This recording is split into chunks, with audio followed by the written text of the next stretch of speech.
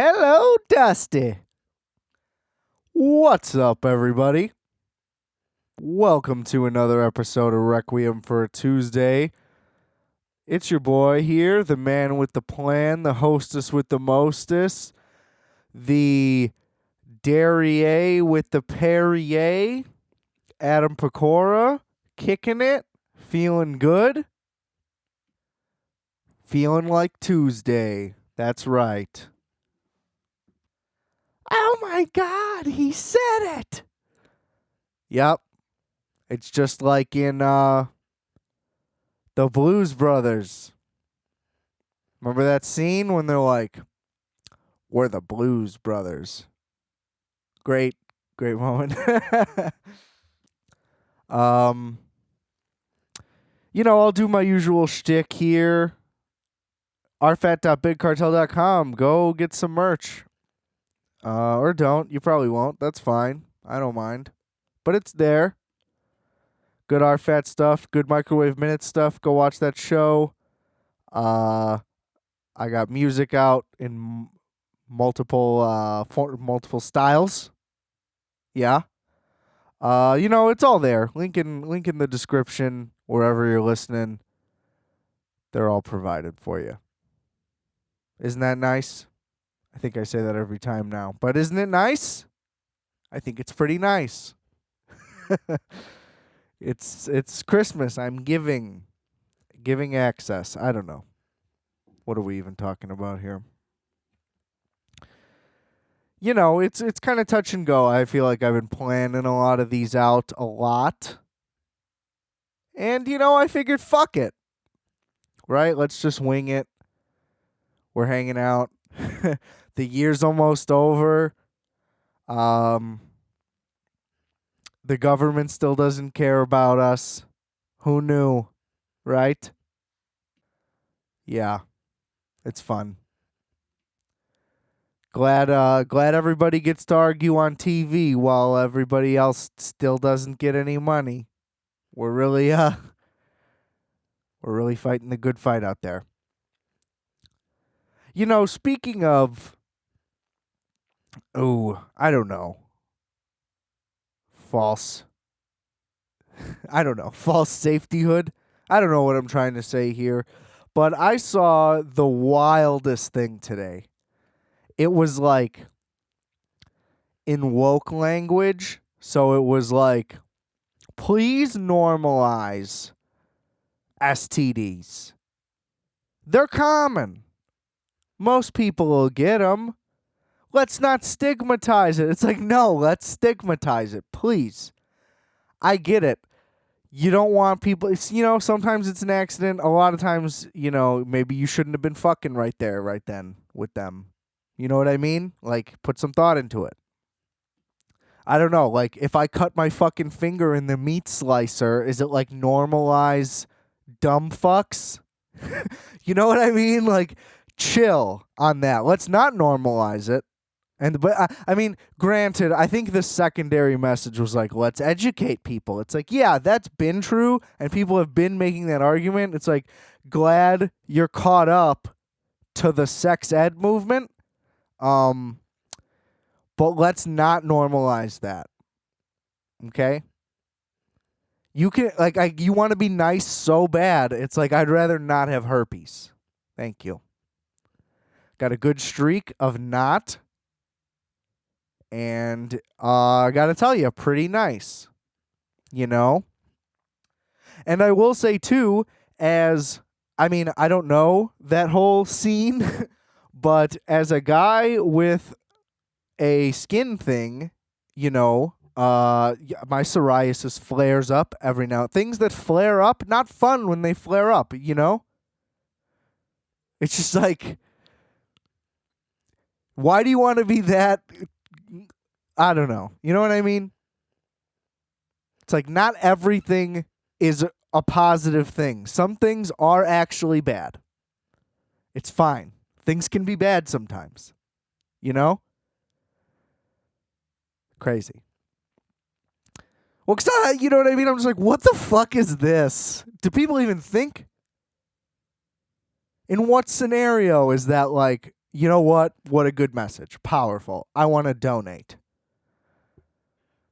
How do we keep herpes on the map? You know what I mean? It's like, no, I'm sorry, but you're out. I'm not interested. It is a deal breaker, and it's going to remain one. You know, all the other ones too. But I mean, the curables, I get that. You know, whatever. Take a couple pills. Sometimes that could be worth it. I could see that. You know what I mean? There's two sides to every coin. That's all I'm saying. I know a couple people. You know? Apparently it's not that bad. You know, I don't know. I just wanted to explore both sides of that for a second. You know, so I could see it, but no. Don't do it. Whew. Got a little heated there. I don't even really know what happened, and that's what I love about doing this show, because my thing is pretty much I'm not going to go back and listen to it if I was able to keep talking the whole time. It's basically like, did I leave too many gaps? Was it clear that I couldn't string thoughts together? Other than that, it's like, let's just roll this train. I'll maybe listen to it in the morning if I'm like, that might have been a little weak. You know, this is just a little inside baseball. This is what happens when I do the free flow. You know what I mean? We just get loosey-goosey with everything. It's my little fireside chats. We've certainly come a long way from that, haven't we? Ha ha ha ha. Oh boy, I don't know what I'm doing. But does anybody ever really know? Sometimes, you know, you just fall ass backwards right into it. You know, you hear a story about some guy, he's driving his fucking 1993 Dodge Neon due west across the heartlands of America, the grains shimmering in our glorious sunlight. It may storm, it may not, but the flatness presses on, seemingly forever. And he approaches a crossroads after many an hour of strong-smelling cow manure and not sure if he is stuck in a gif of the same stalks of corn a la Hanna-Barbera classic background animation. And he approaches that crossroads eager to finally make a turn and go in another direction. He's supposed to go left, he makes a right. You know, he's been disoriented for hours. And the last time you speak to anybody, it's at a gas station fucking 350 miles back. You get yourself a Powerade and a thing of combos. You don't even really like combos that much, but you always think maybe this flavor will be better. It just seems like this is a good product. Everybody seems to like them so much, right? They have to be pretty good. It's like, I like pizza, I like cheeseburgers, I like pretzels. Why don't I like it? You know what I mean? So then you kind of half listen to the directions, even though you tell yourself you're really going to pay attention, and then you focus so hard on trying to pay attention that you don't even fucking know what he really says, but you don't want to ask him to repeat himself because you're just passing through, and it's kind of rude. He must hear it. Like, people try to ask for directions all the time, and it must be a really daunting thing, and it's just like, oh my God, I got to get out of here. And then you're like, fuck, I guess I'll just go right. That seems good.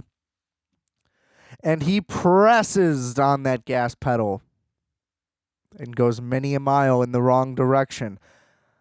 And then, you know, he slowly realizes, this can't be right.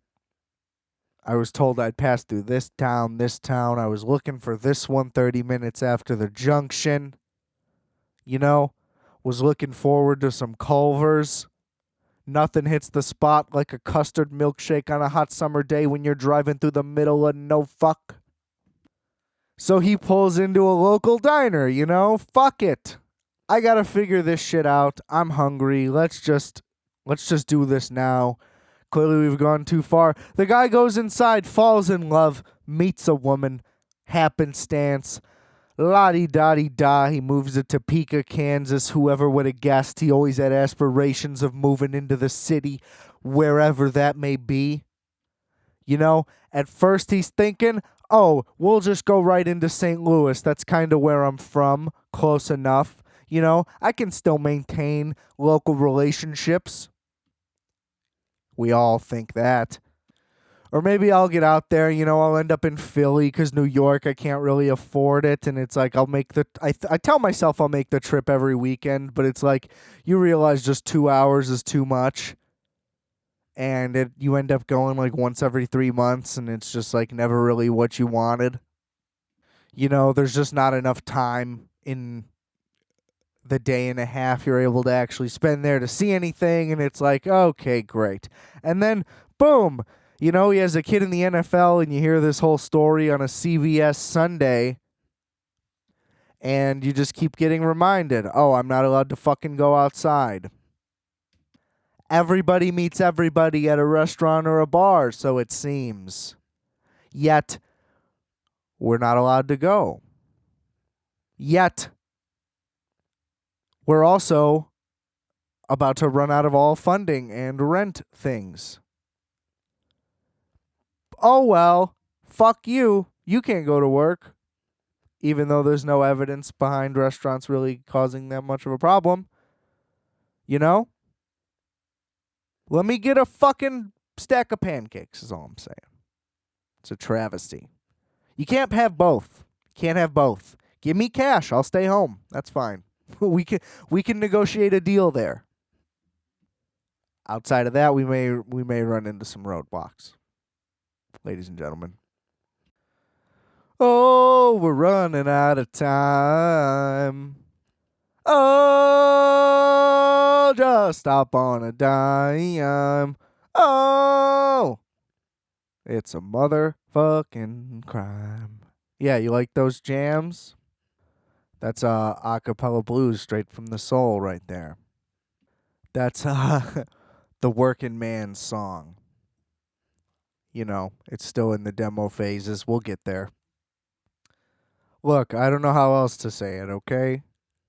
The biggest thing on my mind, frankly, other than how bad that Lions loss really looks right now, maybe we'll get to that later. I don't know. Look, I'm just going to have to say it. I think that I have made a discovery about myself. Now, I can't say for certain. This may be premature. I can't rule that out as a possibility, of course. But I've always kind of felt that the traditional action movie is just not really for me. Too predictable plot. They're all the same movie. A lot of them have a lot of the same guys, and that doesn't help, right? I like Die Hard. It's all fine and good. Don't get it. You know what I mean? It was a moment in time. And that moment in time has passed. I like the Justin Long one, though. You can never go wrong with Justin Long, as they love to say in Hollywood. But just not for me. I will say that, quality stuff there. Still haven't seen Vengeance, which I hear is a lot of people's dark horse favorite, so I'm interested. Never gonna turn down a nice Samuel L. anything, really. I was gonna say villain performance, but then I realized, are there even that many? And it's like, does it even matter? Show me some Samuel L. I'm still kind of interested in watching Black Snake moan. But I won't, probably. Who knows, though? Watched Magic Mike last night.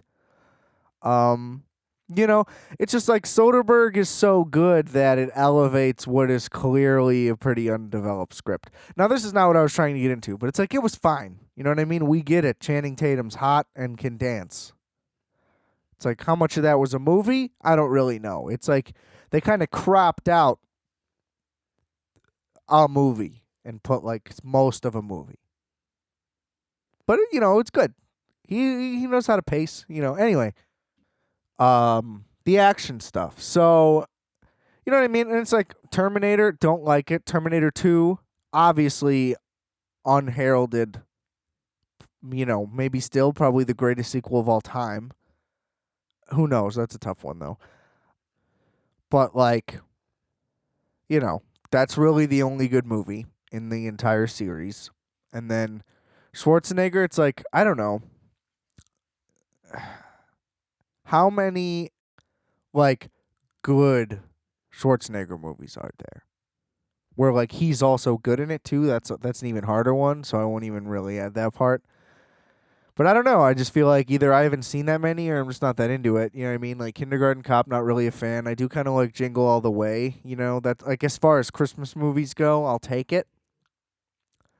I am a big Last Action Hero fan. I think that movie is criminally underrated. I don't know, but and then I like Twins, but like that's not an action movie. And, not a Predator guy. And then Stallone, like, don't even get me started. I think that he is horrible.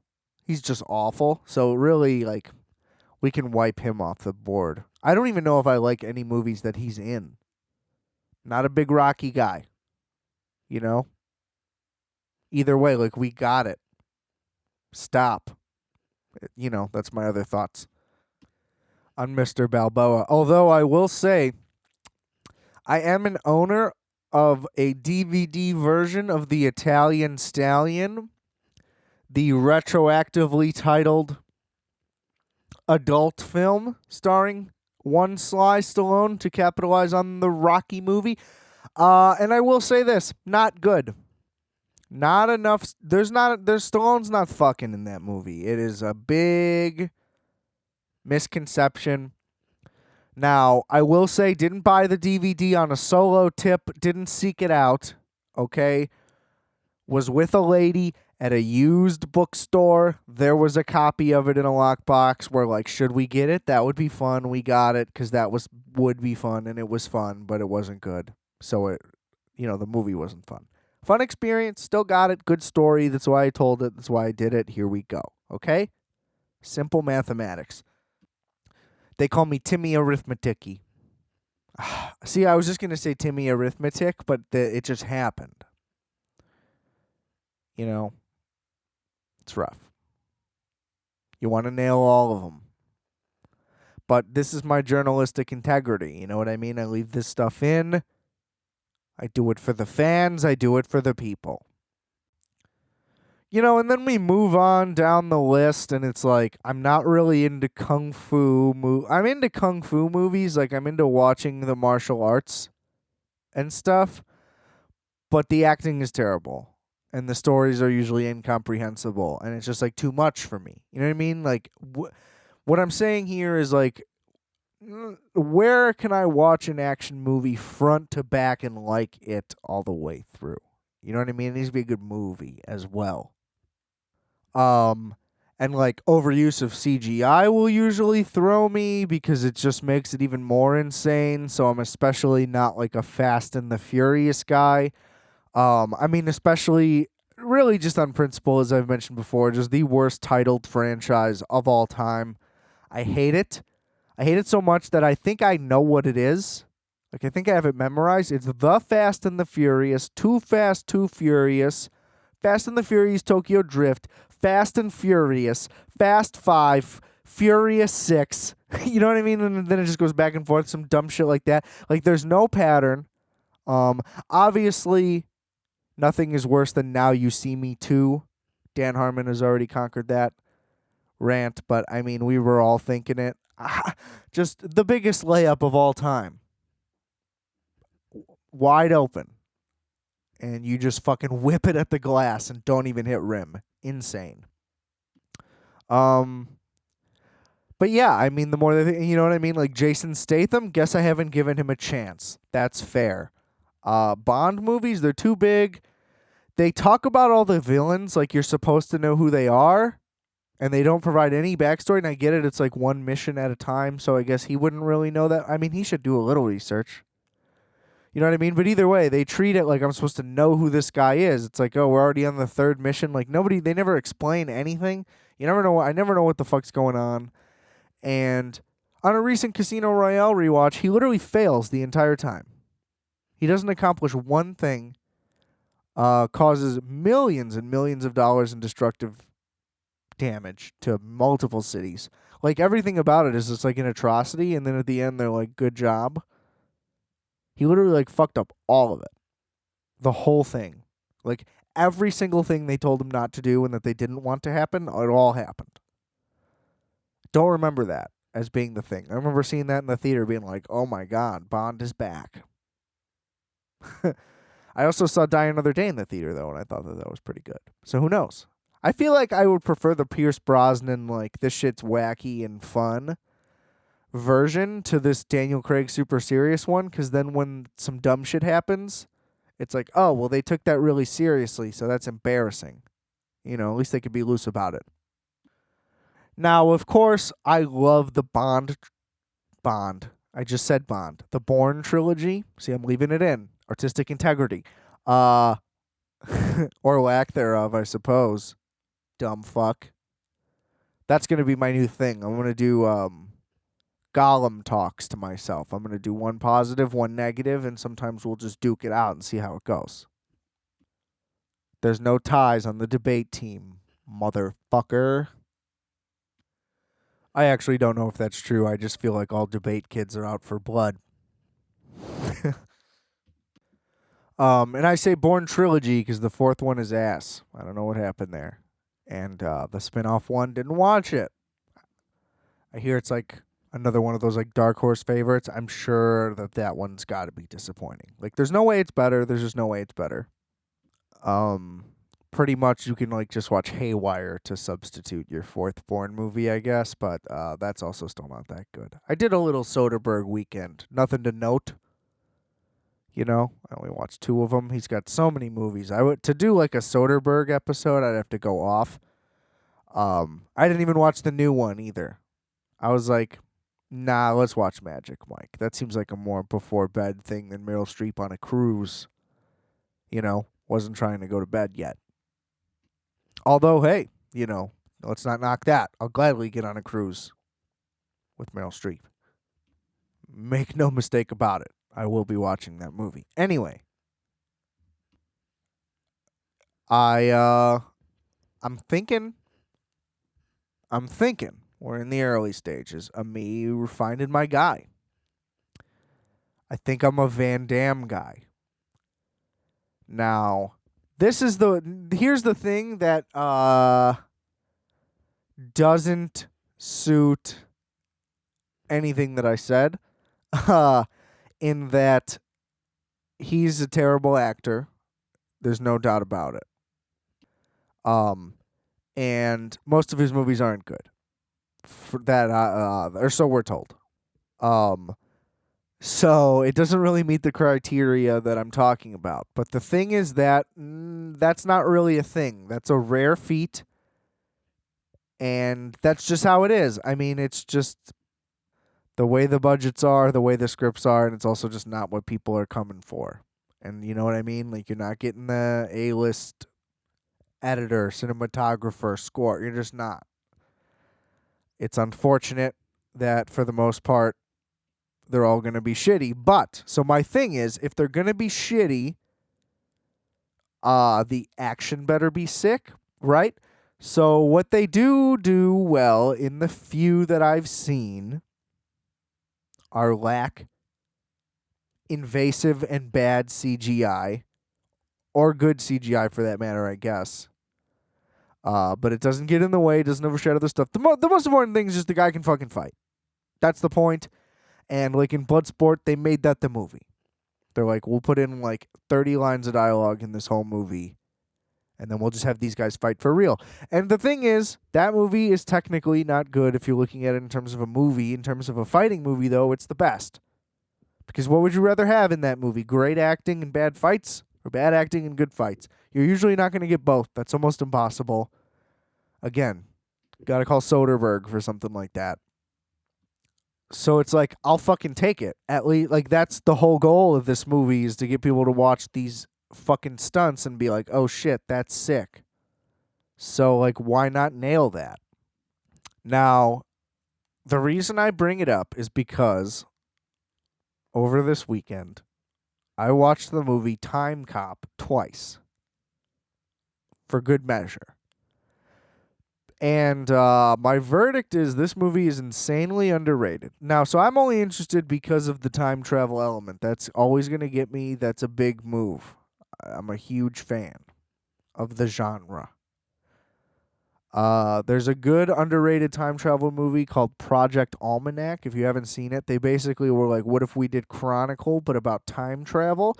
So I'm also a found footage guy. I think if that can be done well, that's always real nice too. So yeah, it's Chronicle, but time travel. I think it's better than Chronicle, but that's because I like time travel. But it's definitely underrated regardless. So just a little time travel wreck. So as a fan of that, and then as a fan, of Bloodsport, I was gonna watch Universal Soldier to really like hammer in the argument, but it really seemed like I was gonna hate that movie. So just didn't want to do that. So we could maintain this theory for fun. Because really the theory is just centered around Timecop anyway. And let me just say, like, I could not have been more surprised and shocked in every way. Because from everything that I read, okay, I read that he was terrible, that basically just the movie was bad. Like, most reviews were terrible. They said that the plot was really stupid, and if you thought about it for a second, it all fell apart. So I'm like, oh god, terrible time travel, continuity issues, or just like, you know what I mean? They did a lame job of distinguishing when someone travels in time, where it's just like, oh look, it's 10 years ago, but everything looks the same. Just some lazy things like that is what I expected. And like, I'm not kidding when I say that like the opening shot and scene was insane. It looked like this movie was shot with a lot of scope and ambition, and it was like really made to be like really big and like blockbuster style. It reminded me a lot of like, I don't know, like Tim Burton's Batman almost, but that movie kind of feels claustrophobic. Almost like the first Tobey Maguire Spider-Man, which kind of makes sense because Raimi was a producer on this. It seems like he kind of understood the comic book adaptation and how it should be like a big blockbuster movie. I don't know. It's really hard to explain, but it's really well shot. Like, I'll say that 100% on like a nice wide screen, like HD as fuck. Like, it looks dope. I was expecting like grainy shit quality film. Like, I was expecting everything about it to like really suck, Especially because it was 94. The budget was only like $25 million or something, something small. So I'm like, okay, well, like, how much time travel could this have? Now, also, there was less CGI at the time. It was just like Jurassic Park and the Terminator. But like the thing was to do like a big, big set pieces a la Batman, as I just mentioned, or like think about like the way that they tried to do Blunt Man and Chronic in Jay and Silent Bob Strike Back, like just like big sets. That was like the key to a comic book adaptation, which this technically was. I don't think I mentioned. But either way, like that's just like that was how the style of this was, the way big like adaptations were shot always, big franchise movies, pre-Marvel CGI revolution. But look, I mean, here's the thing. Okay, so first of all, Van Damme, not great, but not like horrific. They don't have to overdub him a bunch, like in Bloodsport, and I'm sure multiple other movies he's been in. They address that he has bad English right at the beginning, like right away. His wife does. Who, by the way, his wife is the girlfriend in Ferris Bueller's Day Off, who has to be every young boy who's seen that movie's all-time crush. You know what I mean?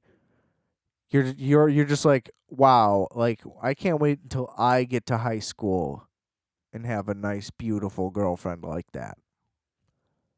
Oh, the disappointment. You know what I mean?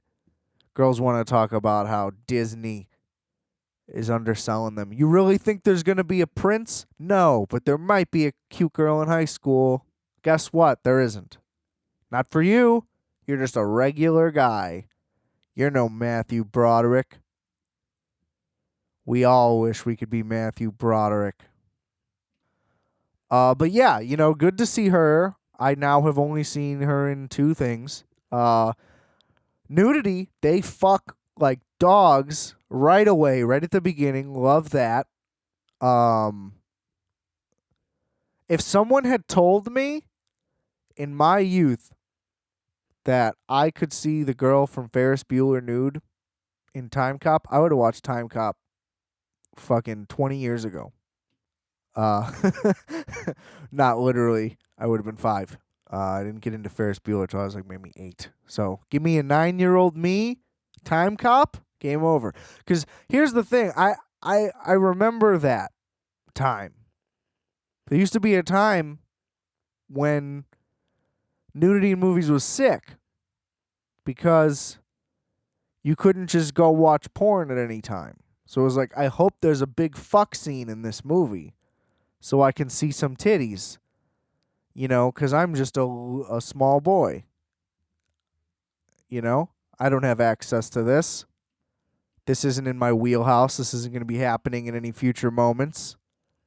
Um, so let's put on some Kurt Russell flicks and see what happens.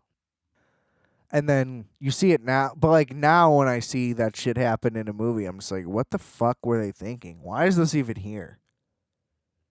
Um, you just got to remember there was no Pornhub. You had to go in your dad's closet or defraud the cable company. There was limited options.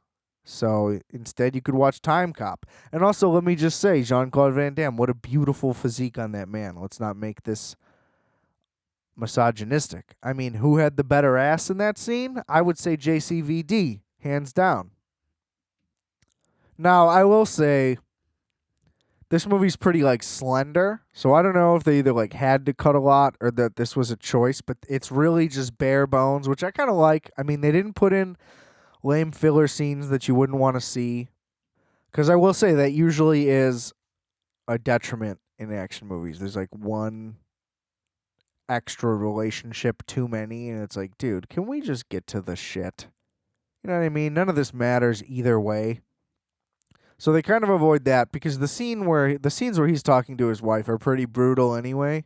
They're like in two different movies. The level that they're acting on, I will say, there's no chemistry there really at all. It's pretty weird. It's almost like Tommy Wiseau ish. And I think that just comes from both guys being very unable to act. Again, which is fine. It's all passable and whatever. But they blow up his fucking house like right at the beginning. A bunch of crazy shit just happens right away, and it is just not at all what I'm expecting it to be. They limit the time travel and they limit the special effects, which is the big thing. I thought that this movie was going to be just filled with a bunch of shitty effects, and it wasn't. There was hardly any. They were used very subtly. They were used very well. The antagonist is like a scumbag senator trying to become president. It's like relevant. He's like, fuck the rich or fuck the poor people. I'm rich. Who gives a fuck about you? It's like pretty sick. He's a slimy villain. He's really good. He's just killing everybody. And again, the only thing is just like it's all cut pretty quick. So, not a lot of character building going on because there's basically none. But having said that, you kind of get the feel for who's who and what they're like. I mean, I will say he's given a partner from Internal Affairs who like turns on him and then he just like forgives her like really quickly and really easily. But I mean, she gets murdered anyway, so it's kind of like whatever, I guess. She kind of got what she had coming to her in that sense. But their dynamic is weird and kind of lame because they go from being like, he's like totally against her, and then he's just like fine with it, and then they're like friends, and then he like betrays her, and he's like shocked, but then he like, you know, that relationship is just pretty flawed. But either way, you can just kind of roll with it because he has a goal to accomplish. And I mean, he does like forget that his wife would still be alive when he goes back in time because they blow her up. He's like, oh. Because he mentions that he could go back in time and save her, but like the rules don't allow it, so he's mad. But then he actually goes back in time and then just realizes she's alive. Like, it would have been on his mind already. But I get it. They needed to reveal that she was pregnant for the thing. Look, it's good. This is all I'm trying to say. You should watch it. It's super underrated as both an action movie and as a time travel sci-fi movie. It's good as both. I think it could be rebooted today if somebody, if Denis wraps up Dune 2, wants to knock out Timecop, I think that would be fucking unreal. But, whoever. I'd be okay with it. A lot of reboots could happen. So the main thing that I read was that the time travel logic was flawed. Okay, so I'm going to explain the basics of it, of like their method, and then explain why I don't get the criticism. Okay? So, okay, you can go backwards in time, but you cannot go forwards. But there's a button that returns you to your current time. So they're like, oh, well, that's going forward. It's like, no, it's not, because they make it clear you're like returning to yourself. You know what I mean? Like you're catching up with yourself and you are now one. Because the thing is, like, when you go back in time, you can see yourself and you can't like touch yourself. But when you hit the return button, you are returning. So you are merging reality back together. I don't understand what the critics don't understand about that. I think that that's pretty clear, especially because when he comes back at the end, he now is a kid, but there's not two of him. There's never two of anybody when they come back. I think that they make that pretty clear. And the thing of like someone being there will always be a thing. Like whether you can see yourself in the past or not. That is just not a thing that makes any sense, period. Like if you want to come, I just think that the logic of this movie was shat on because they're like Van Damme's in it, so it's bad. Like I think it was all just prejudice of like there's no way that this movie will be good. Because the reason I watched this twice was to make sure I wasn't just like being stupid and like missing some very clear thing, but everything is kind of explained and taken care of. And they do cool things like that where they're like in the same scene as each other, a la Back to the Future and Back to the Future 2, where it's like, oh, remember this? Well, now we're going to look at it from this angle and see that there was this guy here and blah, blah, blah, blah, blah. And like I said, it's cut pretty thin. So like unless you're like really paying attention and like connecting the dots and like remembering exactly what happened, some of it almost seems disjointed. But actually, they just like didn't put any filler dialogue to explain this stuff. The only filler dialogue explains things that already happened. They didn't even film. But they like just put all the right amount of stuff in that it's still like a complete movie. I really, look, I would admit it. I don't know. And like all the fight scenes are great. He's kicking ass. And like they do cool time travel stuff. They go to the 20s, they go to the 1800s. But then it's just 90s versus 2004. They don't do that much to make 2004 that futuristic, although the time travel stuff looks insanely futuristic for a 10-year gap, but you're talking about time travel. So it's like, I guess this stuff could look crazy different. Now, Van Damme only ages because he grows a mullet, which is like reverse culture aging. If anything, he would have the mullet in 94, and in 04 he wouldn't, but I get it. He's like a hardened future cop whose wife's dead. So, like, it's all all my little nitpicks are passable. The only thing that I don't like is that the house gets blown up again at the end, but then he still goes to the future, and then it's the same house. Like, they rebuilt the exact same house. Like, listen, I suppose if you're in D.C., it's a historical house. Like, it's plausible that they could recreate the exact same house. if that's what you really, really wanted. Maybe you really, really loved that house. Like, I guess you could say all that, but I don't know. Maybe at the beginning, show their neighbor's house and pan to their house, but show that that house is for sale, right? Just real quick. And then, 15, 10 minutes later, however soon into the movie it is blow it up, right? And then it'll still be that house the whole movie, and then at the end, pan back over after it blows up, and then they live in that house. Real easy, real quick. I don't know. But a bunch of reviews I read that were like from the time were just like, yeah, if you think about this movie for a second, it's fucking falls apart. Blah, blah, blah. It's like, dude, it's time travel. Like, it's made up. You know what I mean? You have to abide by the rules that are set place in the movie, and the rules in this movie aren't that. Like, I guess if your thing is just like the return button thing makes it stupid, then I guess there's nothing we can do about it.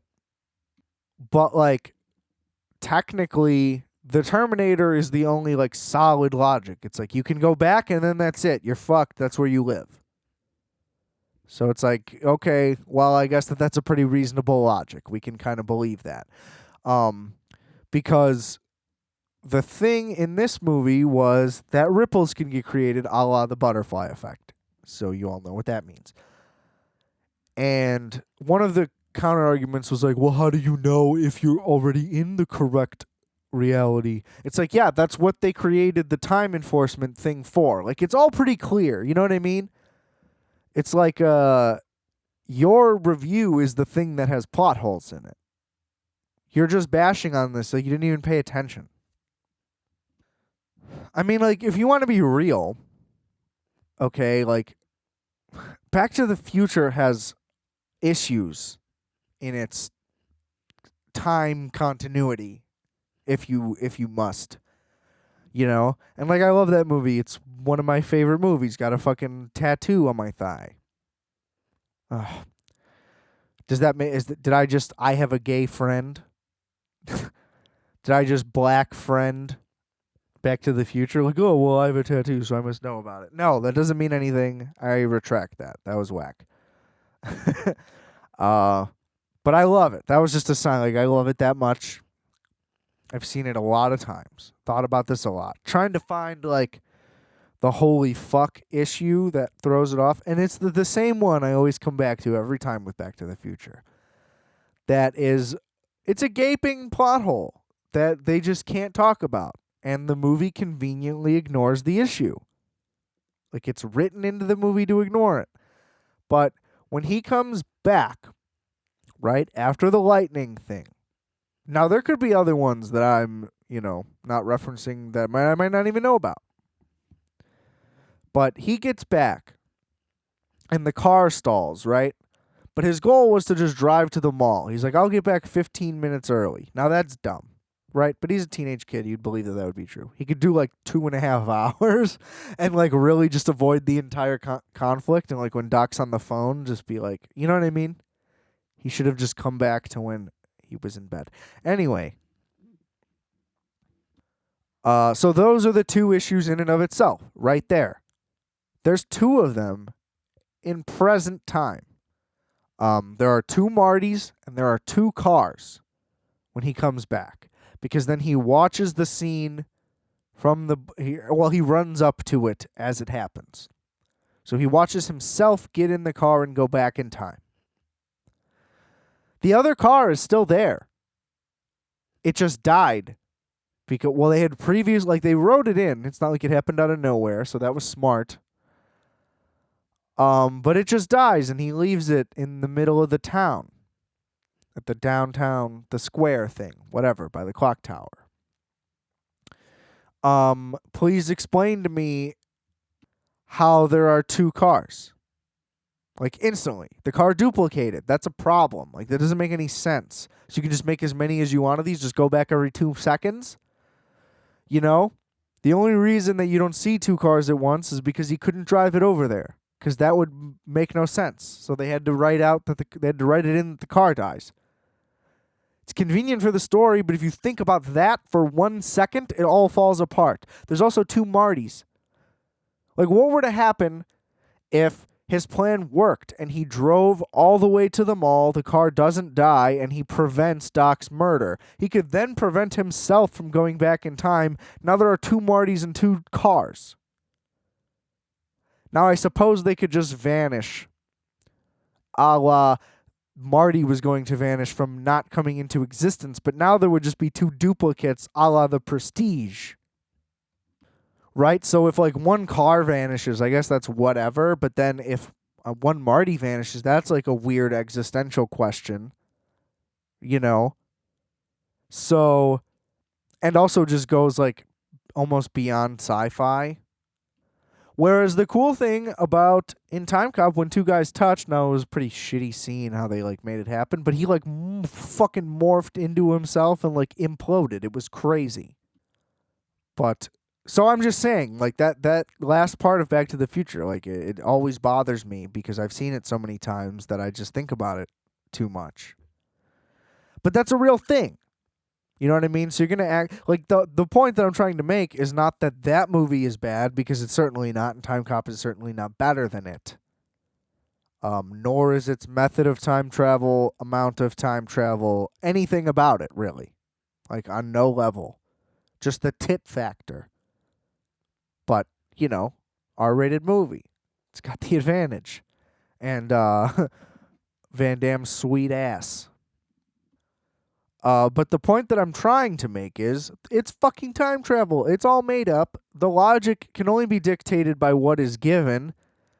And there's probably going to be some fucking errors with it because, again, it is made up, but also doesn't make any fucking sense. So you get to pick the level of how fucking absurd you want to do it. Now, I'm sure that they're like, you know what I mean? There's ways where you can make it stupid and like not even watchable, where like you just completely fuck up. But I do not think that Timecop did that. I think, if anything, Back to the Future, by forcing its hand on making things more complicated, as it did in the second one, I think it does a better job of navigating it in the second one, where he is then duplicated in the 50s watching the first movie happen again, where he like intentionally can't interact with himself, and they acknowledge that, but it's still flawed just in its presence, you know? But that's okay. I just don't like that there is some weird stigma towards Timecop having shitty logic. I just don't think that's the case. I would love, you know, maybe I'm just missing something. I don't know. Either way, if that means more people are going to watch this and we can get a little chat going, you know, what if we bring it back single-handedly? That would be fun. I mean, it made $100 million, you know, wasn't fucking around. Just watch it. That's all I'm saying. It's definitely way better than you think. And I mean, just that is huge. If you want to watch a good movie from the 90s, also only $2.99 to rent on YouTube. Most movies are $4. That's how little people want to watch it. That's how little respect this movie gets. And that's how little respect Van Damme gets, and I'm upset about that because I think he's my new guy, and I'm going to try to watch more Van Damme flicks. Okay? So, everybody just let that sink in. Go fucking watch Timecop. And you tell me about time travel logic. You're so fucking smart. Oh, I'm a physicist. I don't care. That doesn't mean anything. Physics are fucking fake, bro. But look, it's time. Let's just be real. Let's close this one out with everybody's favorite segment, Sports Corner.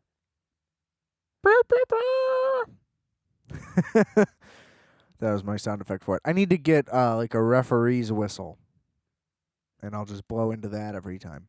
I need to get the Deion Sanders fucking gold whistle. That was the hardest bling I've ever seen. Honestly.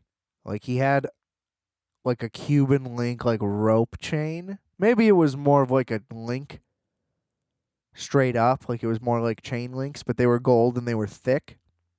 That it was almost like rope. And it had a gold whistle on the end. because he's fucking the head coach of life, let alone Jackson State. Anyway, give me a whistle. All I just really want to say is that, look, for one weekend, the Chicago Bears made the right decision. Just this one weekend, Trubisky outshined Deshaun Watson. And here's the thing. The franchises, as far as that goes, it seems even, Trubisky or Watson, right? And it just goes to show how fucking bad the Texans are and how good the Bears should be. To where if they swapped, the Texans would have a way worse record over the course, and the Bears would probably have won the Super Bowl because the talent gap between the two quarterbacks is so insane, and the Bears go ahead and show their competency again.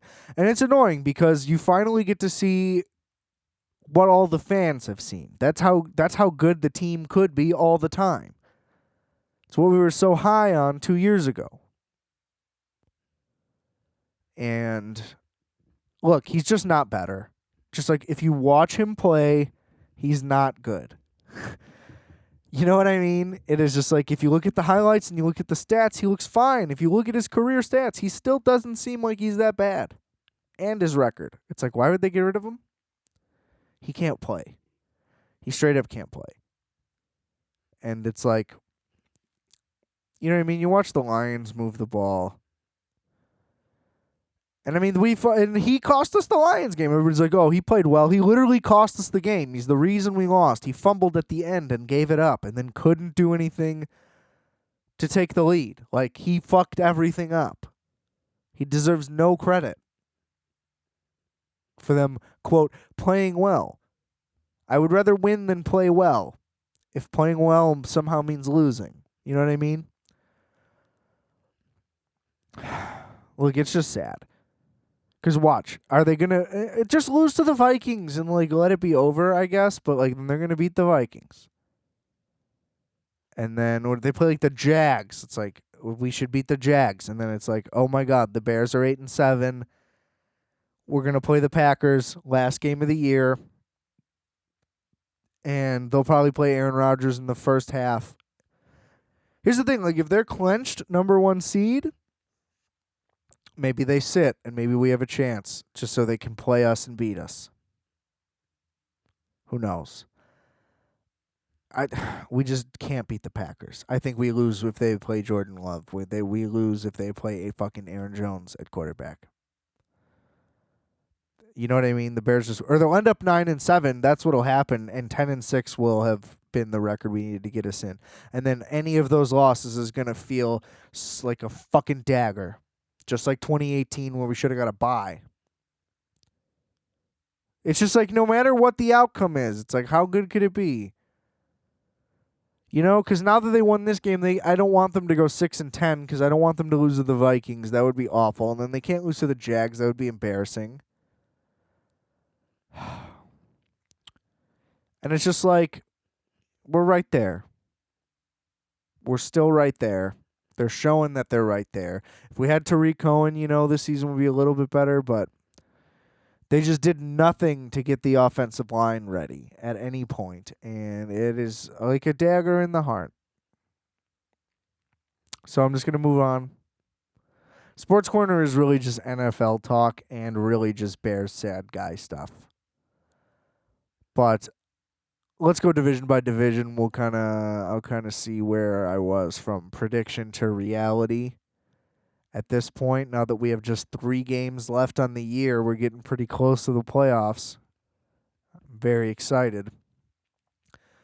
Quickly, AFC East. Buffalo in first. I did have them winning the division. I had the Patriots making the wild card, I believe, in second. Or I might have had that flipped.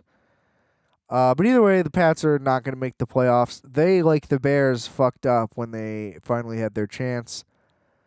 Really, they should have beat the Texans, and that would have made a big difference. They should have beat the Bills. They should have beat the Broncos. They just kept fucking up. And then the Rams, they couldn't fuck up, and they fucked up. It's too late. They could win out. Probably won't matter. AFC's too tough. So fuck that up. That's my AFC team. So I'm sad that both of my teams have the same record. They both suck, and it doesn't make sense. To me, it just seems like they're closer, but I guess they're not. Miami, I don't think is for real. I don't think they stand a chance. I don't think Tua can do it. Not yet. They should have stayed with Fitzy. Not that they would have beat the Chiefs. I mean, you fucking guy is one of the worst games of his career. Throws 3 picks. He still fucking dominates. It's insane. Mahomes makes me the saddest. Pittsburgh frauds, and they definitely can't beat anybody now. And in the playoffs, like they're not a threat. I don't think. After getting destroyed by the Bills like that, I'm sorry. And I just feel like Roethlisberger just doesn't have it. The offense got him there once. This Antonio Holmes thing. Not that their defense wasn't incredible, but he's just not. It's just not. It just doesn't seem right. Cleveland doesn't stand a chance either. Although that running back combo is so elite and dangerous. They're both like top 7 running backs. They should run him. They should give Chubb 25 carries and Hunt 20 carries every game. No matter what. But they're pretty much in. They would have to fucking lose out somehow. They might lose tonight. Wouldn't surprise me, just because they're fucking idiots. Get Baltimore out of there. Just end it. I don't think Baltimore's good. They clearly can't throw, and they did nothing to reinvigorate their inventiveness, so everybody just kind of knows what they're going to do. Not a good look, Baltimore. Really lazy job.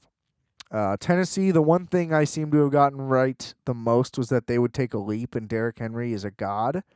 There's really nothing else I can say. Indy, they should get Carson Wentz. I think that would be a good rehab project, but that money, I don't know. You got to make Philly eat it somehow, but Phillip Rivers isn't the answer. It's just, it bothers me that team is that good and they don't have a real quarterback scenario. Because either way, what are they going to do? Win the Super Bowl this year and then the team's over? I don't know. Again, I don't know. I'm just a big Jacoby Brissett fan. What can I say? And then I think I had Houston making the playoffs or maybe winning the division. No, I had them making the playoffs, though, and not Indy. So, fuck that up. Turns out DeAndre Hopkins really matters, huh? KC, they're the only ones making it. What can you say in that division?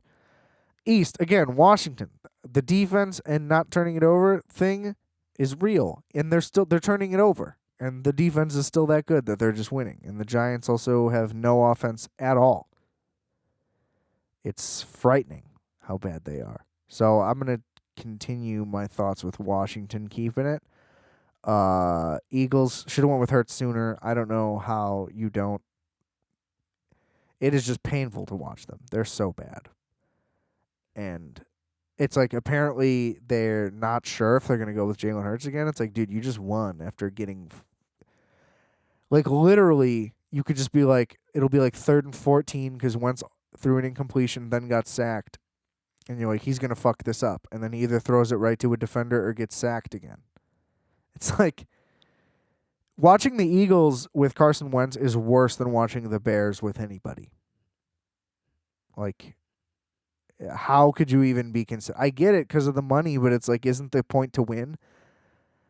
Why don't you just put it like this? We're paying $40 million combined for our quarterback situation. Just because most of it's going to Wentz doesn't mean he should play. You're paying him to fucking lose your team games.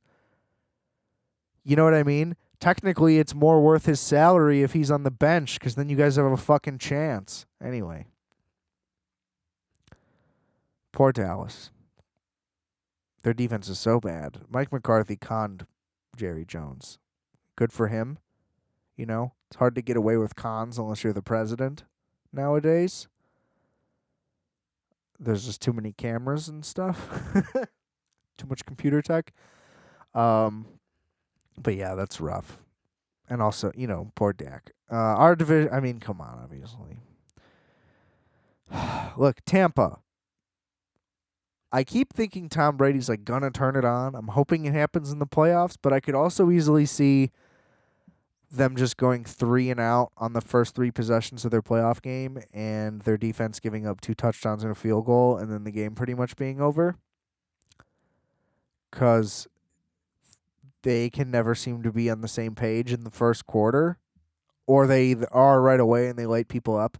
But either way, all of their losses are like, quote, well, they're not good losses. They got blown out by the Saints, but they've only lost to really good teams, which is both a good sign for your wins, but, I mean, you're going to have to beat somebody in the playoffs. Brady can do it. I don't know. I still think they can make a run. I also would just love it, honestly, if he just got a 7th first try with another team. Like, fuck y'all. I just think that would be the best case scenario for football. Because it's just like, I don't want to watch the Chiefs win again. You know? It's literally like the Chiefs are so amazing to watch, but I can't root for them because of the Mahomes Trubisky thing. And also really just because the only reason I was cool with the Patriots winning and why I like Tom Brady, again, I've told the story. I liked him when I was a kid. It just worked out and they became my AFC favorite team. But, yeah, I don't know. It's like I would totally I'd be down if there was a scenario where I could end up living in Kansas City because I like it so much there, and then I'll just be like, I'll adopt them. I've been honestly fantasizing about that, just being like, yeah, well, I live in Kansas City now, big Chiefs fan. Then I can just watch them win and win and win. It's like a fucking dream come true. Anyway, it's just like the Rams. I don't want to like him because I know Goff can't. He doesn't have it. He's like good enough to get by, but he doesn't have it. He's not going to win them any games.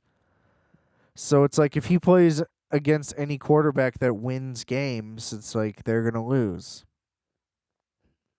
You know? So I just don't see it.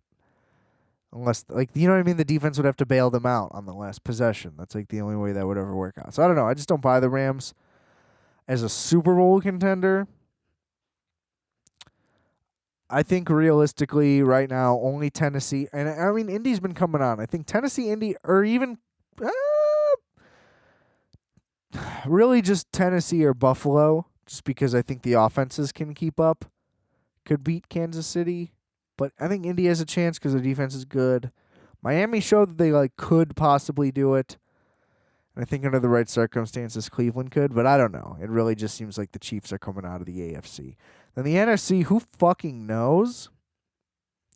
Like, I could see Washington winning a game now that they beat Pittsburgh. Again, not that Pittsburgh is, amazing anymore in anyone's eyes, or if they ever were. I don't know. It's just like if the Packers... I think the Packers will probably make it. Because I just don't think the Saints have... They don't have a quarterback. I don't think Drew Brees is going to be able to win a playoff game. He just can't throw. I think if you really game plan against the Saints, you could beat him. When it's do or die. But I don't see the Packers beating the Chiefs, so that's going to be rough. So I'm going to go late season pick with 3 games left just to make it bold. I want to do it early. And then because I'm going to redo my playoff picks when the time comes. The week motherfucking 14, before week 14 even ends,